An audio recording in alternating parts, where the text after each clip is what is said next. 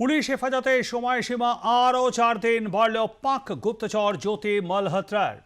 আপাতত আগামী 25 তারিখ পর্যন্ত পুলিশ হেফাজতেই কাটাতে হবে হরিয়ানার এই ইউটিউবারকে। এরই পাশাপাশি পুলিশ জানিয়েছে, পাক আধিকারিকদের সঙ্গে যোগাযোগ থাকলেও সরাসরি জঙ্গিদের সঙ্গে যোগাযোগ ছিল না জ্যোতির।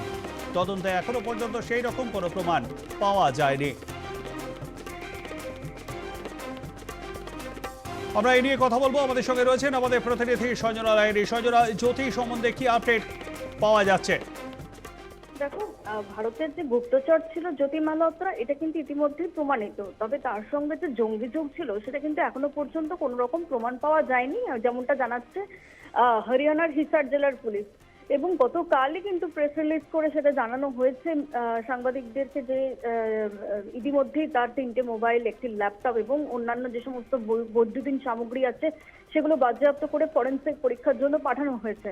তবে তার কোনো ডায়েরি কিন্তু তারা বাজেয়াপ্ত করেনি, এমনকি তাকে জিজ্ঞাসাবাদ করেও সরাসরি কোনো রকম কোনো জঙ্গি যোগ কিন্তু পাওয়া যায়নি। তবে যেটা দেখা যাচ্ছে যে পাক গুপ্তচর বৃত্তির অভিযোগ বা সেরকম এভিডেন্স সেগুলো কিন্তু ইতিমধ্যেই পুলিশের কাছে এসছে। গতকাল তার দেখা যায় যে 5 দিনের মেয়াদ উত্তীর্ণ হয় পুলিশ হেফাজতের, এবং তারপরে দেখা যায় যে তাকে কিন্তু আরো 4 দিনের জন্য নিজেদের কাস্টাডিতে নিয়েছে পুলিশ। কারণ তার কাছ থেকে অনেক তথ্য পাওয়ার সম্ভাবনা রয়েছে, এমনটা কিন্তু তদন্তকারী আধিকারিকদের কিন্তু অনুমান, এবং সেই অনুযায়ী কিন্তু তাকে নিজেদের হেফাজতে নেওয়া হয়েছে। পুঙ্খানুপুঙ্খ তাকে খতিয়ে দেখা হয়েছে, স্ক্রিনিং চলছে, এবং তারপরে কিন্তু পুরো বিষয়টা আরো স্পষ্ট হবে। তবে তিনি যে পাক গুপ্তচর ছিলেন এটা কিন্তু প্রমাণিত, এবং বহু পাক আধিকারিকদের সঙ্গে, আইএসএস আধিকারিকদের সঙ্গে তার যোগাযোগ ছিল, এমনকি পাক গোয়েন্দার উচ্চপদস্থ কর্তাদের সঙ্গেও কিন্তু তার যোগাযোগ ছিল। সেই প্রমাণও কিন্তু ইতিমধ্যেই সামনে এসছে।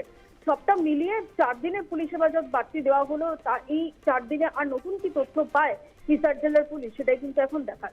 একদমই সঞ্জনা, বিষয়টা হচ্ছে গিয়ে শত্রু শিবিরে গিয়ে সে ট্রেনিংটা নিয়ে এলো, শত্রু শিবিরে গিয়ে সে ট্রেনিংটা নিয়ে এলো লস্করদের কাছ থেকে, অথচ লস্করের কোনো জঙ্গির সঙ্গে তার যোগাযোগ ছিল না।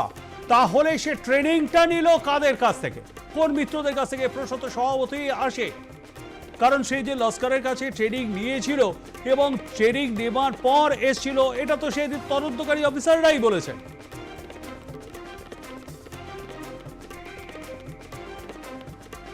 আপনাদেরকে আরো একবার জানিয়ে রাখি, ইতিমধ্যেই মেয়াদ বেড়েছে, পুলিশ হেফাজতের মেয়াদ বেড়েছে জ্যোতি মালহোত্রার। তাকে তদন্ত করছেন তদন্তকারী অফিসাররা, এবং এই তদন্তকারী আমাদের সঙ্গে রয়েছেন আমাদের প্রতিনিধি সঞ্জনা। সঞ্জনা, তদন্তকারী অফিসাররাই কিন্তু জানিয়েছিলেন গত কিছুদিন আগেই যে মুরিদকেতে গিয়েছিলেন, লস্করের কাছ থেকে ট্রেনিং দিয়ে এসছেন, 14 দিনের একটা ট্রেনিং হয়েছিল। তাহলে জঙ্গিদের হেফাজতে গিয়ে তিনি ট্রেনিংটা নিলেন, অথচ জঙ্গিদের কারোর সঙ্গে তার যোগাযোগ ছিল না। তাহলে ট্রেনিংটা কে দিল, কোন মিত্ররা?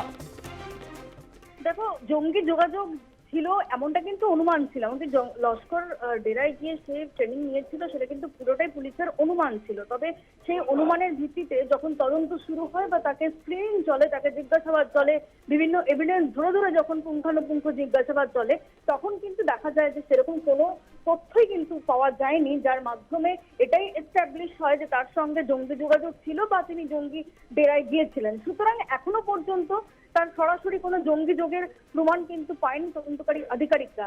তবে সেই বিষয়টাকে আরো স্পষ্ট ধারণা পাওয়ার জন্যই কিন্তু 4 দিনের বাড়তি পুলিশ হেফাজত নেওয়া হয়েছে, এবং সেই সময়টাতে তার কাছ থেকে নতুন কি তথ্য পাওয়া যায় সেটা কিন্তু মূলত পুলিশ খতিয়ে দেখবে।